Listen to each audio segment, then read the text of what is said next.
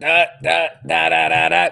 Good morning, everybody. This is Grant Sparks, and today is episode 360 of the Grant Sparks Show. Are leaders born or made? That is what we are talking about today. Are leaders, visionary leaders, born or made? And we're going to be talking today on why, in this chaos-driven world, why in this wild, wild world that we're living in, it's more important than ever before that you seek to be a visionary leader. So we're going to be covering this. And if you don't feel like you were born a leader, but you know that your business, your nonprofit, your politics, your views, your faith, your family need leadership, we're going to be talking today on the things you can do, the 5 quick things you can do to become and nurture yourself as a visionary leader. Visionary leadership, there's a killer statistic that I came across that, yes, there are about approximately 10% of the population has traits that can be attributed to visionary leadership. But here's the kicker. There's an additional 20% of the population that has traits that, if cultivated, could be considered visionary leadership. We're talking about that and more on today's episode of the Grant Sparks Show. It's a phenomenal day, and let me tell you something. You have the power to be a leader, and we need you to be a leader. Dublo 000 and June Shop on TikTok. Good morning. You can be a visionary leadership in your world. You can be a visionary leader, in your world. And it's completely possible. And there are traits, and I'm going to cover those traits real quick, of the traits of natural born leaders. But too often, people are using this as an excuse. I wasn't born a leader. I don't feel like a natural born leader. Too often, people are using this as an excuse to not step into their leadership traits so they don't do the things to cultivate their visionary leadership inside of themselves to benefit other people. You know, there's a great quote that's really resonating with me right now. And evil exists in the world because good men and women do nothing. It's a very interesting quote. And how that applies to this is, I believe more and more people, even fractions of people, if they stepped into leadership or visionary leadership, we would have exponentially less evil in the world. I believe what you're seeing happen in America right now and places like this around the world that have a lot of political unrest in general, regardless of blaming left or right or whatever, I believe you'd be seeing a lot less pain and suffering if people were stepping into their visionary leadership. There's a great article. Visionary leadership has been shown and proven to drive innovation and sustainability more than ever without visionary leadership. Let me drop this link for you for those who want to read up more on some of the stuff that I was reading on. Let me grab this link. I'm dropping it in a TikTok right now. Boom. There we go. There you are. And dropping it in the comments everywhere else right here for you. I believe that you have the traits of visionary leadership. So how do we know what some of, come on, there we go. How do we know what some of this visionary leadership looks like? Well, let me give you some of the traits of people who are, air quote, born to lead. And I'm putting this in air quotes because I want you to stick around because I can show you how to cultivate these, whether or not it's genetic. I am so tired, so tired of people letting themselves off the hook of their highest calling, their highest contribution, because people have a different set of genetics. Oh, they were born that way. They were born tall, so they played basketball. Have you ever heard of Spud Webb? Ever? They were born that way. Mother Teresa was born that way. Gandhi was born that way. They were born natural leaders. False. More often than not, the people that we point to as leaders had to cultivate. If you read their own biographies, they testified of themselves that no, this took time to cultivate. I had a vision, I had a passion inside of me, but I had to cultivate it. So but I do want to be honest, there are certain genetic traits, but we can learn from those genetic traits in order to cultivate them. What are they? Number one, openness to experience is a genetic trait.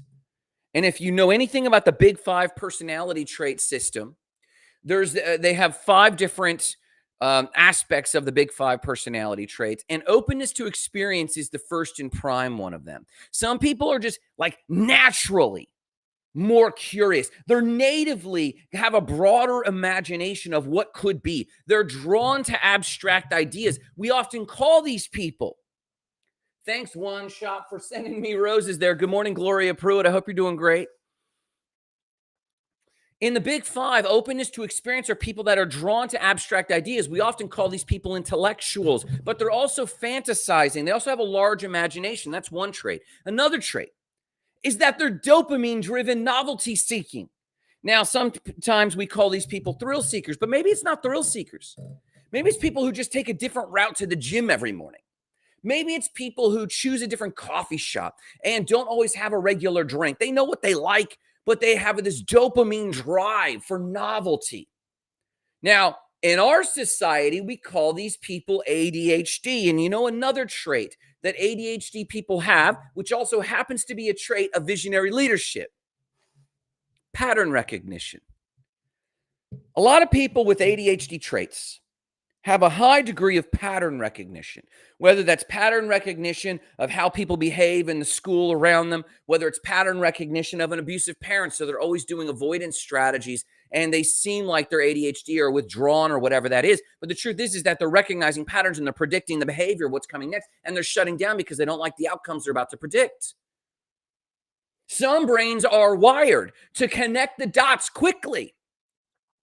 Some brains can spot trends, metaphors, future possibilities very quickly. Do you know that instead of just dismissing these people as ADHD or hyperactive or thinking too much or overthinking, it's not always extroversion either? We're so used to, in our society, dismissing these people, but in previous societies, these were considered the shamans or the seers. They're the ones who actually could foresee what was going on. They could see the patterns and the trends in the rainfall or the herding of the elk. They were able to contribute to their tribes in a way that was special. And I believe this will become radically necessary again because the traits of pattern recognition, which is a trait of visionary leadership, were highly valued in society, specifically tribal societies, mainly because the world seemed completely chaotic. They mainly saw the world as chaotic and unexplainable, so they came up with their stories and their myths and their spells and their traditions in order to try to make sense of a chaotic world. This is also true in a chaotic world of today. We think that because we're connected, we have a much greater understanding. And net large, as a species, of course, we have a much greater understanding of what's going on. But the average individual is so overwhelmed that doom scrolling is their identity. We have come up with this term in just a few years' time, doom scrolling, because people are scrolling. And what they're doing is they're creating a more chaotic world. They think they're looking for answers for what's going on politically or what's going on religiously or what's going on economically. But because it's all short form, there's very shallow thought. They're not connecting dots. It's just getting more and more chaotic in their worldview. And therefore, they rely, just like the chaotic worldview of our tribal societies, they rely and are craving your leadership that can make sense of a chaotic world. Let me say this again in slow for the people in the back. Good morning, Zedetic. I hope you're doing fantastic. People view today's society as chaotic and unpredictable as our primitive societies. We've gone full circle from having some form of order and understanding from the internet to a massive amount of view of there is no chaotic predictability of tomorrow. This is the rise in fatalism in young people. This is the rise in nihilism about the future in young people. Because sadly, it seems like they are privy to omniscience. They're privy to every thought, whim, effect, war, tragedy, trauma, desire, craving, travel destination. They're privy to it all. And it starts to seem like there is absolutely no order. But there is order. First and foremost, the order of the day is this donut. Dunk, eat, yum. Here we go. Mm, mm. It seems like there's no order. And so people today are dying for visionary leadership. Let me wash that down. Oh, I got hearts for eating that donut. Mm, thank you. Olatuye. Watching me eat that donut got me some hearts over on TikTok. So pattern recognition is a high skill of visionary leadership. It also correlates to ADHD. And instead of pushing these people to the side anymore, good morning, Janice Peck. Instead of pushing people to the side, we should be putting these people in the forefront of our wisdom seeking, because they can see the patterns and they can help us make order out of a chaotic universe. And the last trait of visionary leadership that could be born with is risk tolerance. These people that are wild childs are going to end up entrepreneurs, because that's the word, that's the most productive in a GDP capitalist driven world, the most productive place we can put visionary leaders who have risk tolerance, pattern recognition, openness to new experience, dopamine driven novelty seeking. The only place, the productive place to put them in a GDP world is entrepreneurship. But if we could transcend our capitalistic roots a little bit and return to the root chemistry of what it takes to make us human, we would see that these are the shamans and seers of our day today. And they can take in all this chaos and see pattern recognition. And I believe what the average young person is doing is, whether or not they're born with visionary leadership, they themselves unconsciously are creating visionary leadership inside of themselves, because they can see order in the chaos. I believe that there are definitely leaders born, but I believe more leaders are made. Let's ask a quick self-check questionnaire. Janice, Ron Ritico, good morning. So how can you cultivate this? Well, let's ask a few quick questions. Can you train your imagination? Self-check. Here's your question. Do I regularly read and consume content outside of my industry? That's one question. On a scale of 1 to 5, do you do that? On a scale of 1 to 5, do I give myself unstructured time to think creatively? You know, I have insight into this one young man who's been diagnosed as ADHD. He's all over the place. He struggles with his grades. But every time we're going through his homework, he'll open up his little folder and say, look at this plane I drew. Look at this shark. And I'll ask, where did you come up with that? And he said, I just saw it in my head, or I looked it up on YouTube. Okay, listen, that might not be the best school technique, but it is a visionary leadership technique for sure. So number one, can you train your imagination, or do you train your imagination? Number two, do you develop pattern recognition? Well, here's two quick questions. Do I notice connections between unrelated conversations, trends, or events and call them out? A lot of people are armchair quarterbacks. They claim that they see patterns after the fact, after someone else mentions it. But between you and your own intellectual honesty, do you take time when you're driving in the car after a coffee with a friend and say, do you know, that sounded a lot like this other conversation, which wasn't really similar, but I can see some similarities in a different way.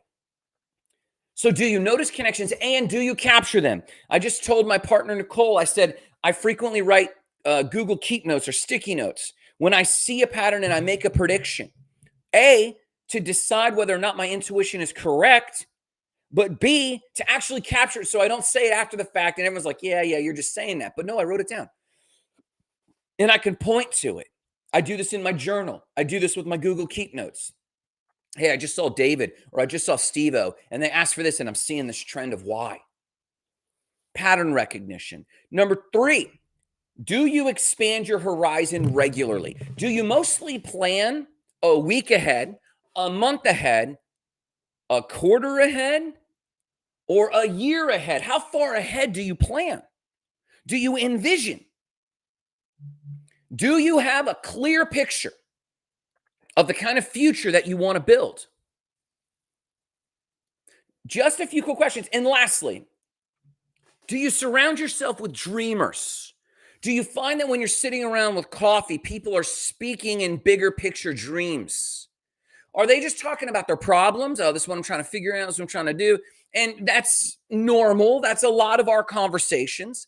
But are you ever or frequently surrounded with problem finders. Hey, I was challenged like this, and then I discovered this one tool. You want to check it out.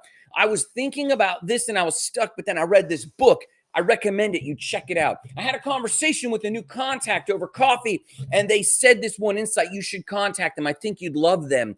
Problem solvers. Do you leave your circles feeling expanded or diminished or neutral? I love when I leave a meeting with a group of people and I'm expanded. I've got new book recommendations.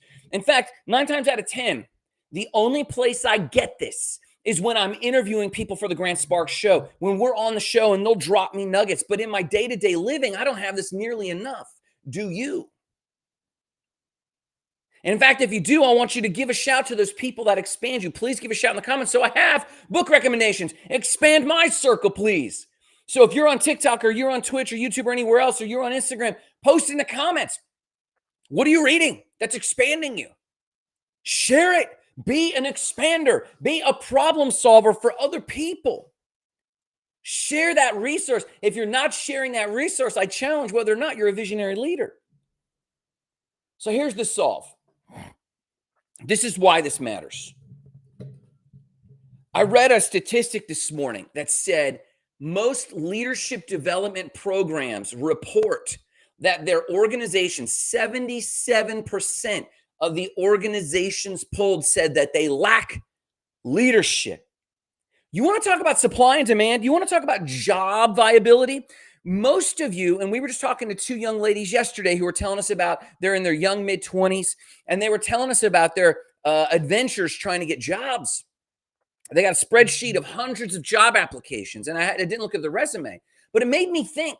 I've looked at a lot of resumes, and I never see leadership, management certifications, leadership certifications, communication style certifications. I never see any of this. I see just technical certifications. And we knew 6-7 years ago that technical certifications had a timeline. Now that we have AI, we know that it's even more commodified. Your technical certifications do not matter. They don't. Not in a post-vibe coding world with AI. What matters is your communication, your leadership ability. Are these things on your resume? Are they in your CV? Do you hang your hat on your ability to communicate and manage and lead and cast vision? I recommend you do, because 77% of organizations say they lack leadership, not technology.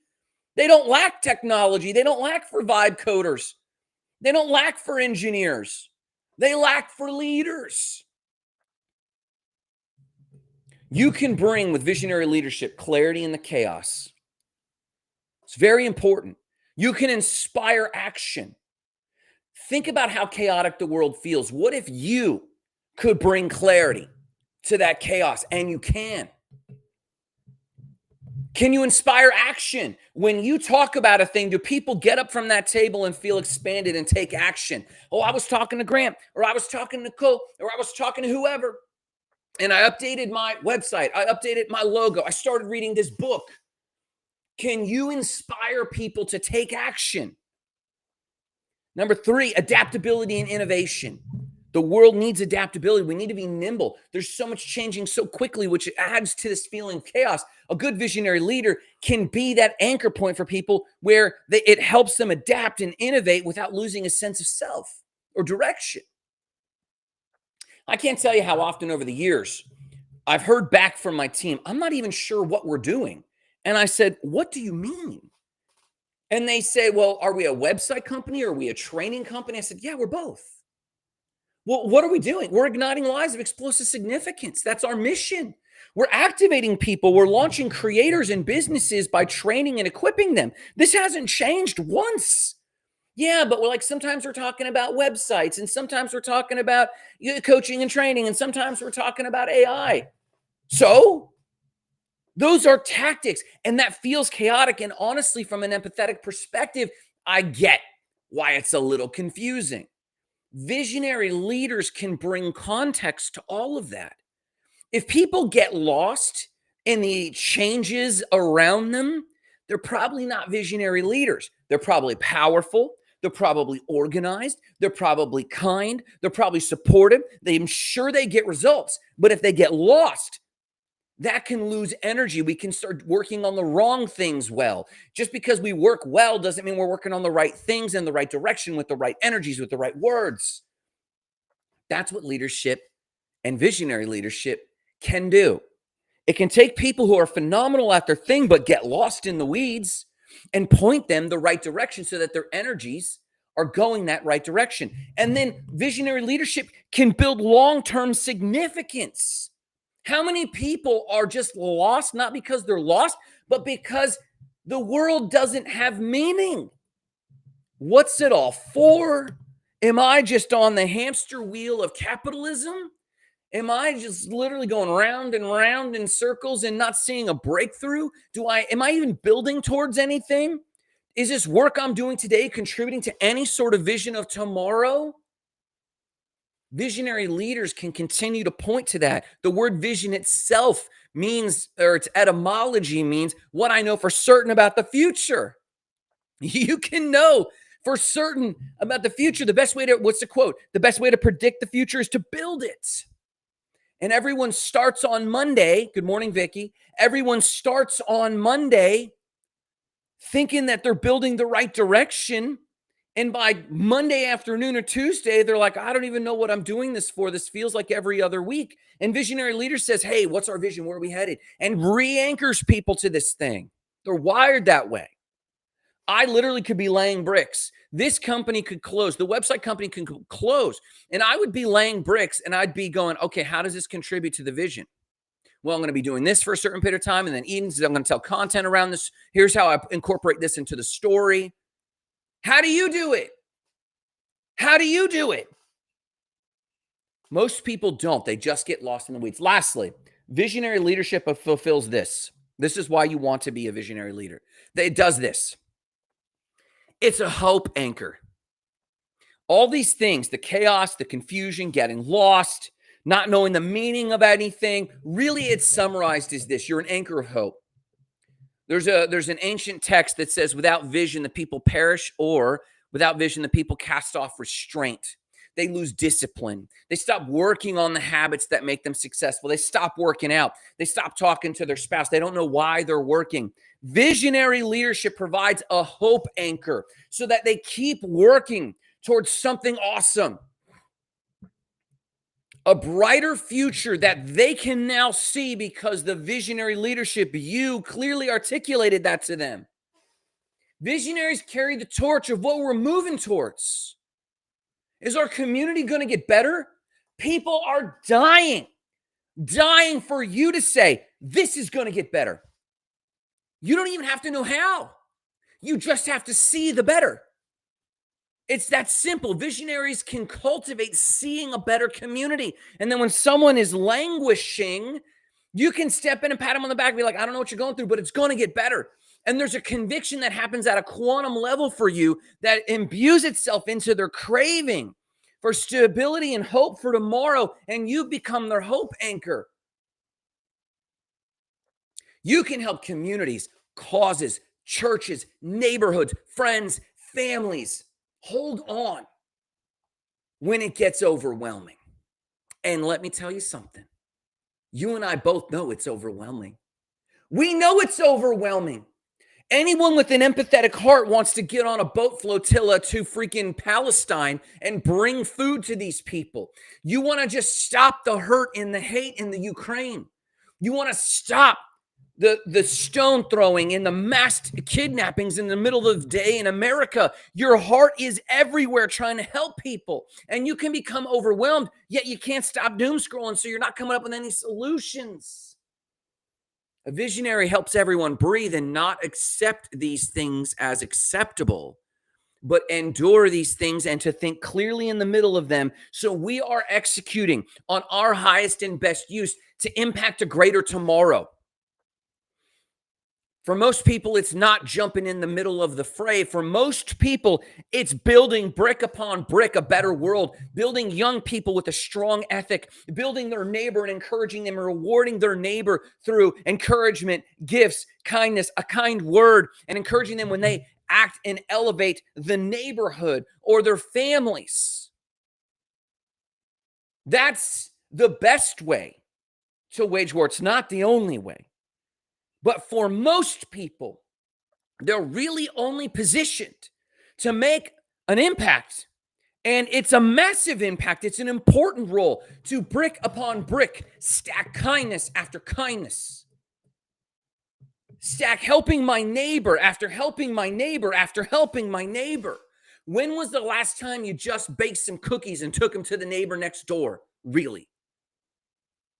I can't remember the last time I did that. Visionary leadership reminds us of both a past and a future that's worthy pursuing. And you become a hope anchor.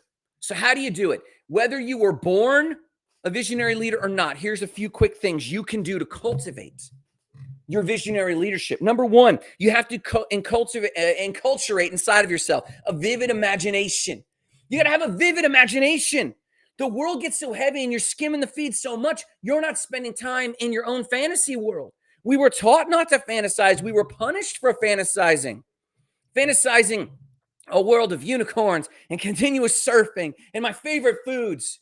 The Lost Boys imagining amazing meals in Peter Pan. We were taught not to fantasize, but we need vivid imaginations, my friend. Those who are born visionaries, they naturally see future possibilities. They naturally fantasize and seeing big pictures. They dream in this high resolution, but you can cultivate it even if you don't think you were born that way. If you're out of shape when it comes to vivid imagination, here's my challenge to you. I am Rem. I am all humanity. Good morning, Nitty Gritty 7. Good morning, Rem. Good morning, everybody. If you don't feel like you were born a visionary leader, here's how you cultivate your vivid imagination. Number one, commit to reading a book a month. Most of you have not read anything. And you think reading threads is reading. I'm sorry, my friend, it's uplifting, but it is not. Deep reading, putting together one concept after another, ingrains it into your DNA, creates new neural synaptic pathways, and you become something different. Read a freaking book. Thanks for the hearts, Nitty Gritty. I appreciate you. Good morning, Barbara Morales. How you doing? Read a book a month and you will cultivate a more vivid imagination. Once a week also, ask yourself, what if, on anything, what if I moved to Portugal? And tell me 3 or 5 things that are in the what if. What if I got into the shape I wanted to get? What if my family loved each other and talked to each other kindly? What if I started inviting my neighbors to dinner? What if I changed from my office to working remotely? What if I started planting a garden in my yard? What if? And write down 5 answers to that what if. I guarantee you will begin to cultivate your imagination. Imagination is the biggest, most beautiful nation in the world. It's the place where you start to cultivate your ability to be a visionary leader for other people, because you will be able to see, this says be a good finder. You'll be able to see the good in the future instead of all the nihilism and the pain and the hurt and the suffering. You will be able to cast that vision for other people. Cultivate a vivid imagination. 2, how to cultivate your intuition. Visionary leaders have this, native intuition where they're comfortable stepping into uncertainty. They have a high tolerance for ambiguity.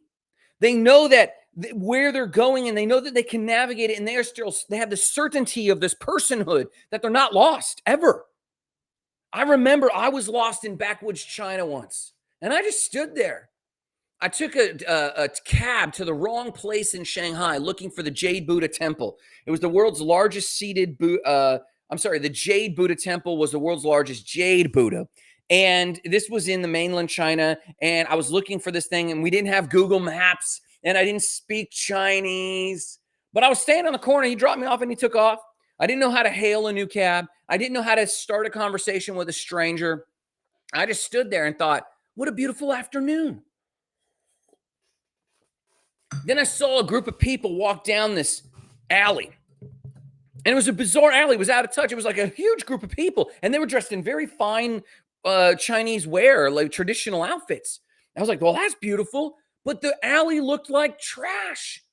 So following my intuition, I said, you know what? I don't know where this is going. This is ambiguous. Let's follow it. So I followed him. It was air conditioning dripping and dog feces and this winding alley, and it stunk.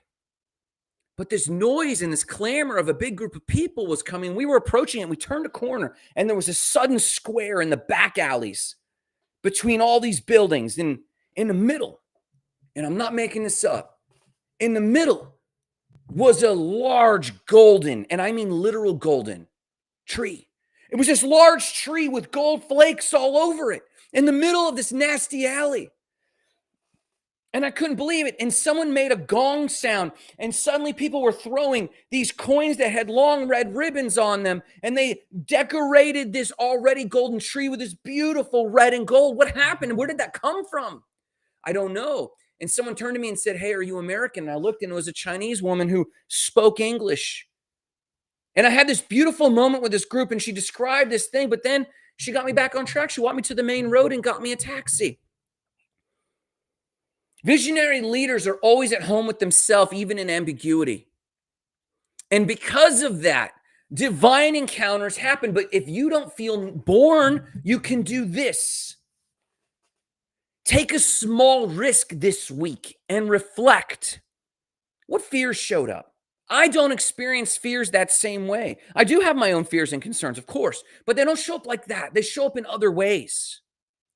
But if you are not a born visionary leader, speaking up, speaking out, and taking risk often create and generate this fear. The one thing you can do this week to cultivate courage in this way, courage for your intuition and risk taking, is to take a small risk. We met someone recently who shared and confessed that she has social anxiety. She was going to come to an event that we were having together, and we didn't see her show up. And the next day we saw her, and she just was apologizing and almost in tears. And she just had to confess, I just deal with this issue of social anxiety. And I said, well, hey, can we do something this week? She goes, well, could you meet me for coffee at my job? And maybe we get out and meet random people. And it's a small risk. And then we want to record what fears come up in you. What fears arise in you, and just make a note. And then take another step. Share one bold idea with your team or a partner or your community or your coffee group. If you're used to just talking about the same old football scores, bring something up entirely different, a new thought.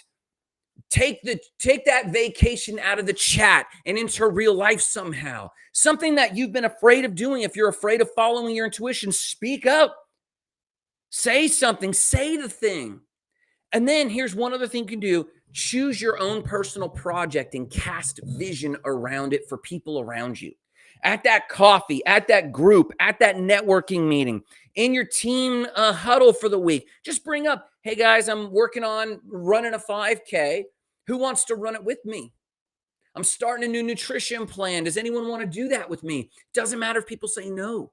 You're cultivating courage around your own risks. Here's the third thing. People that are natural born visionary leaders, they seem to effortlessly cast vision in a narrative. They seem to tell stories that just flow off the tongue. People are just drawn into stories, right? But if you're not a natural born visionary leader, that's okay. You can cultivate this. You can learn to tell your vision as a story with a beginning, a middle, and an end. Or a future. And here's how that looks. Beginning, right now, if you bring this up in your friend group, hey guys, you know that I don't run much. That's now. But this week, I want to start your middle or bridge. I want to start running. And I hope that by December, future, beginning, right now, middle, the bridge, in the future, next, right? I hope in December to run a 5K. Who wants to do it with me? This is practicing storytelling. This is you telling a story. This is you crafting who I am and who I'm going to become. Hey, you guys know that I've lived in Lakeland now for, off and on 15 years, longer than I lived in my hometown. Yeah? Well, I'm thinking I'm going to start traveling, the bridge. I'm going to start traveling at least once a quarter. And in about a year's time, I'm going to move. future. Oh my God, what's going to happen with this guy? Or fitness, or relationships, or art, or a hobby. You can cultivate storytelling and communication. Too often people walk up and they just say a thing. I'm going to move. I'm going to make breakfast. You could even with breakfast practice storytelling. And this is how that would look. Hey, I'm hungry. I'm thinking I'm going to pull out the eggs and bacon and then make the best breakfast I've ever made because I'm going to put syrup on the bacon. I know that sounds silly. I know it sounds silly. But you avoiding being silly is you avoiding the special chemistry of being a visionary leader. Tell a story, make people smile. It doesn't have to be drawn out. And so how you practice that is practice telling a small story this week to some of your friends that has a beginning, which is now, a middle, which is the bridge, and a future outcome. And paint the word picture of that future outcome. I've never traveled to Italy. I've been talking to my friend Jason, who lives in Florence, and I think I'm going to spend December in Florence, Italy. Beginning, middle, and end. That's a story. That's a story structure. Tell the story. Here, so that's the third one. The fourth one is this: insight into pattern recognition. Visionary leaders have they naturally perceive connections. Stacy was at the coffee pot and she was complaining about the coffee. Bill was looking for staples upside and down, and I realized someone didn't do the office order or it's delayed. Connect the dots. Naturally, connect the market shifts. I've been on 3 sales appointments this week, and one stood me up and one hem and hawed at the price, and our price hasn't changed. And the one did buy, but normally we close 2 out of 3. I wonder if the tariffs are affecting anyone. I mean, that might be jumping to conclusions, but it could also be a pattern. Cultural forces, unspoken trends, the moon. You ever go to the gym and see that everyone generally wears the same color each day? This is a phenomenon and a fact. We go to the gym 6 days a week. And it is a fact that say, hey, it's red shirt day, and I'll start capturing this on my content so that you know I'm not making this up. It's yellow short day, and no one emailed anyone else. It was the moon. There's trends and patterns. And no, it's not 100% of the people, but when it's like 60 to 70% of the people, that's a big number in a small gym. Who sent that email out? And there's explanations for it. You could say there's cosmic and there's not cosmic explanations. But the point is it's pattern recognition. Visionary leaders naturally do this. But if you do not find that you do this, here's how you cultivate it. Look around and make predictions and keep a connect the dots journal. Make a predictions journal. I said earlier, I write down in Google Keep, or I write down in my journal predictions I'm making. Just to hone in, am I listening to my intuition? Is my intuition informed or is it BS? I got to know, because I rely so much on my intuition, and so do you, I think. Most people say, I don't know why I made that decision. I just made that decision. Okay. Keep a connections journal. Write down 3 dots you connected. Oh, I predicted that someone forgot the office order, as in the example I gave just before. Or I connected the dots on the color of shorts everyone was wearing. Whatever dots you connect, keep a journal of those things. And then follow 2 or 3 trend reports outside of your field. If you're in technology, look at anthropology. If you're in anthropology, look at technology. Look at earth space science. What are the trends? Follow a trend journal somewhere or an online blog that does this. There's so many: culture, environment, politics, society, economics. It doesn't matter. Pick something that's not in your field. And you will see that there's trends outside of your field that are parallel within your field too. The 5th one, ownership and persistence. Born visionaries, we tend to persist through doubt. Hey, what's going to happen here? You know what? I don't know. Hey, we had to close a company and now you're laying bricks. Okay, I'm going to keep going. Or, hey, that money didn't come through. That's okay. We'll survive. Let's hold our breath for the next 2 weeks, but we're still on trend. We're still going. Their own vision, even if others can't see it yet. I have been following my one vision, igniting lives of explosive significance, launching 10,000 creatives and creators for their vision in order to reach 1 million people. If I can help you reach 100 people for your vision, and I can do that for 10,000 people in my working years, I will be a fulfilled freak because 1 million people have been activated. And my philosophy is this: if 1 million people have been activated for a good vision, regardless of their own voice, their own niche, their own category, whatever that is, I am convinced that if I can launch 1 million people who have a healthy, happy relationships, fitness and health, work that they are passionate about, their opus work, and spirituality and connectedness, if they're meditating, I guarantee we will see a tilt towards goodness in this world, a lessening of the suffering, a reduction of the starvation, an increase in joy, an increase in opportunity, in optimism. I have been pursuing this thing longer than I was married. I started pursuing my thing in 2007 consciously. I've been pursuing this thing since my early 20s, but I was 28, turning 29, and I said, I do not want to go to my grave not pursuing my vision of impacting this world. What's a good number? I'm telling you, a good number is 10,000 people. It's a challenge. I don't know how I'm going to measure it. I don't know how I'm going to do it, but I'm going to reach 10,000 people for joy, prosperity, and success by igniting lives, my mission, igniting lives of explosive significance and helping them walk out their vision, whether they're infopreneurs, whether they're small business owners, whether they're church leaders, whether they're nonprofit leaders, whether they're politicians, as long as they have good in them and they are building on a good vision. And no, I don't mean hate. And no, I don't mean partisanship. No, I don't mean any of that BS. I mean people leading others into a good place. I will die standing on my feet, working on this goal as an old man. We've probably launched I've started measuring this. We've probably launched about 867 websites, which represents businesses and ideas, passion projects. You launch a website, someone launches a website, they've got a passion project that has taken birth outside of themselves into reality. That's the power of a website. Someone launched something and now it's ready to make it. Now it's time to make it ready for the rest of the world. That's why I love the website industry. I'm giving it pixels and zeros and ones and announcing it to the world for somebody. But I'm also doing that as a coach. I'm also doing that as a speaker. I'm also doing that as an author. By God, I will hit this number, activating 10,000 creatives and creators for their vision. That is what I will do. What will you do? Persistently. Through doubts, through resistance, even if others cannot see it yet. Visionary leaders are born that way, but how can you cultivate it? Number one, define your non-negotiables for your vision. You might not know every aspect of your vision, but there are a few things that are non-negotiable. One of those is I live close to the ocean, a beautiful place that I can swim and surf every single day. Share it, commit it in writing, and then share it in accountability.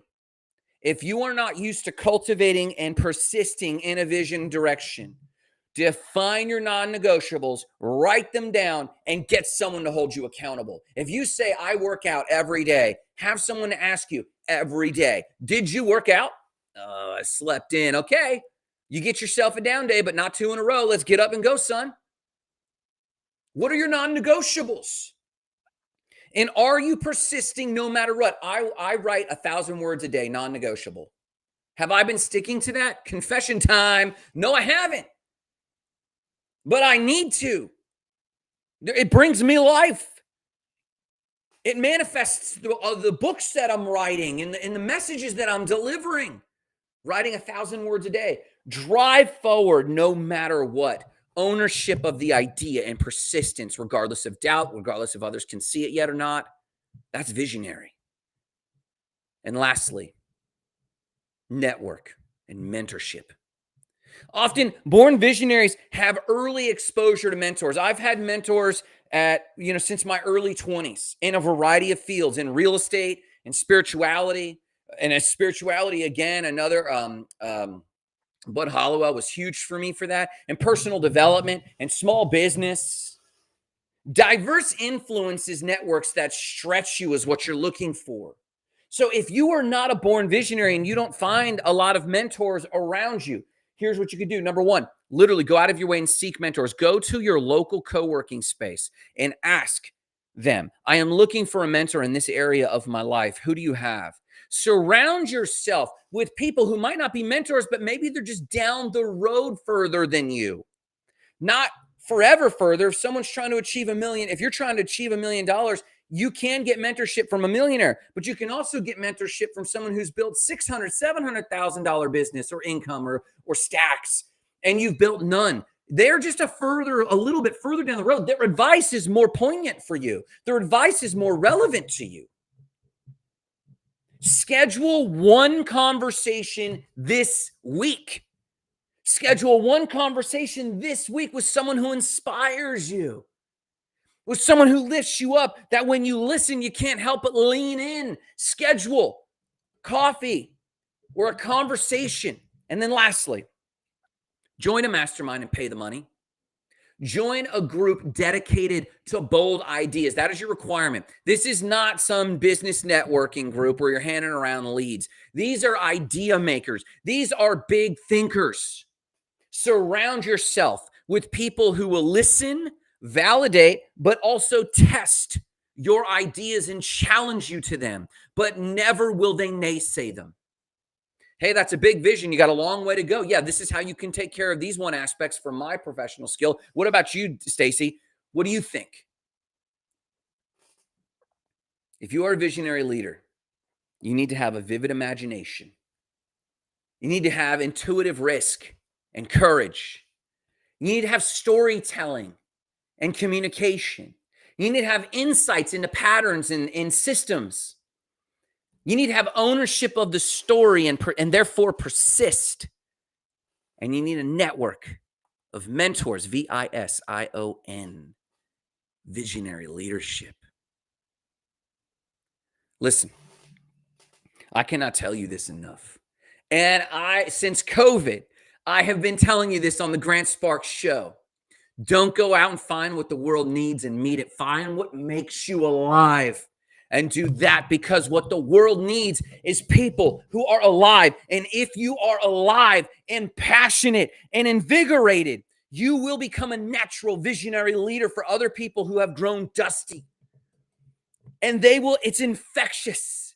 And when you have inspired people who are inspiring people, you can tilt this to a better world, a loving world, a kinder world, a world that's not sarcastic with each other and I'm just joking and tearing people down, but a world that's encouraging, educating, and empowering one another.